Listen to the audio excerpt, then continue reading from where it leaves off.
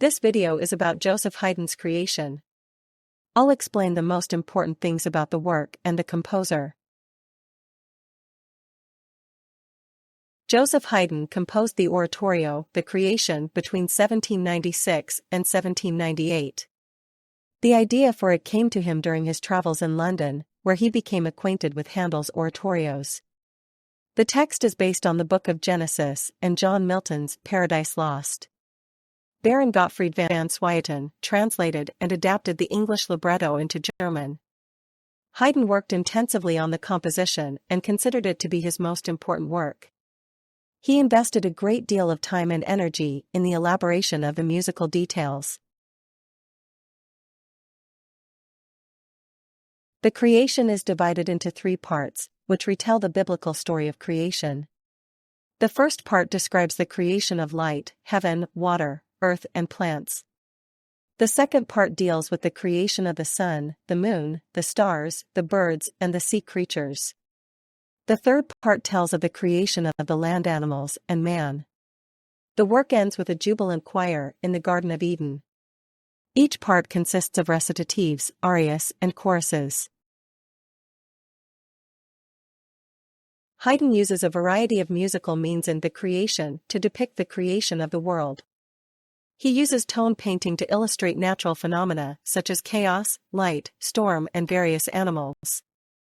Particularly famous is the depiction of chaos at the beginning of the work and the moment when light is created.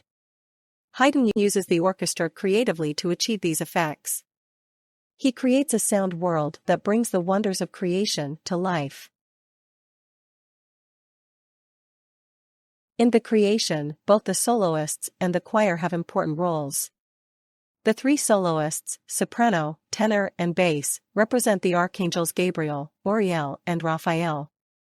They tell the story of creation in recitatives and sing of the wonders of creation in arias.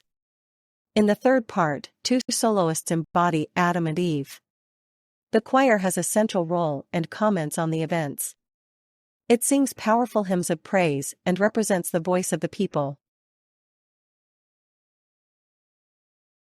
Haydn's musical language in The Creation is diverse and expressive.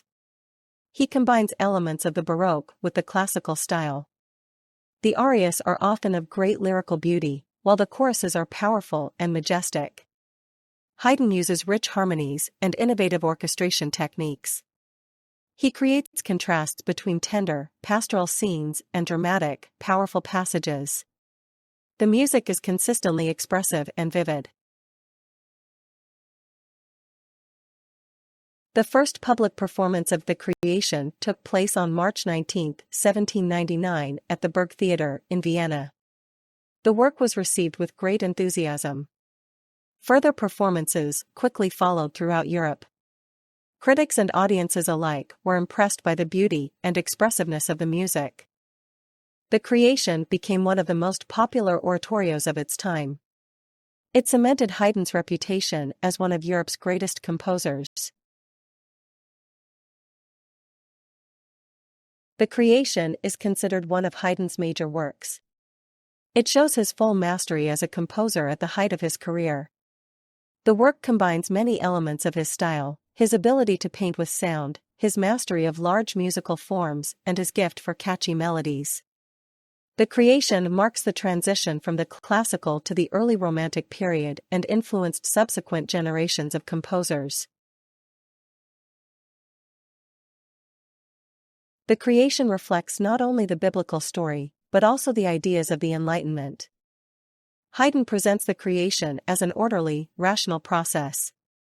He emphasizes the beauty and harmony of nature. The work conveys an optimistic view of the world and celebrates the wonders of creation. At the same time, it expresses deep religious feelings.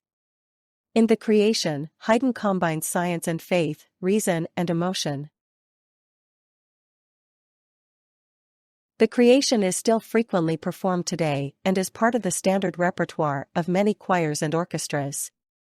Modern interpretations vary in the size of the cast and in the performance style. Some conductors prefer large romantic interpretations, while others rely on historically informed performances with original instruments. The work is often performed in concert halls, but also in churches. It remains a popular and impressive piece that fascinates audiences and musicians alike.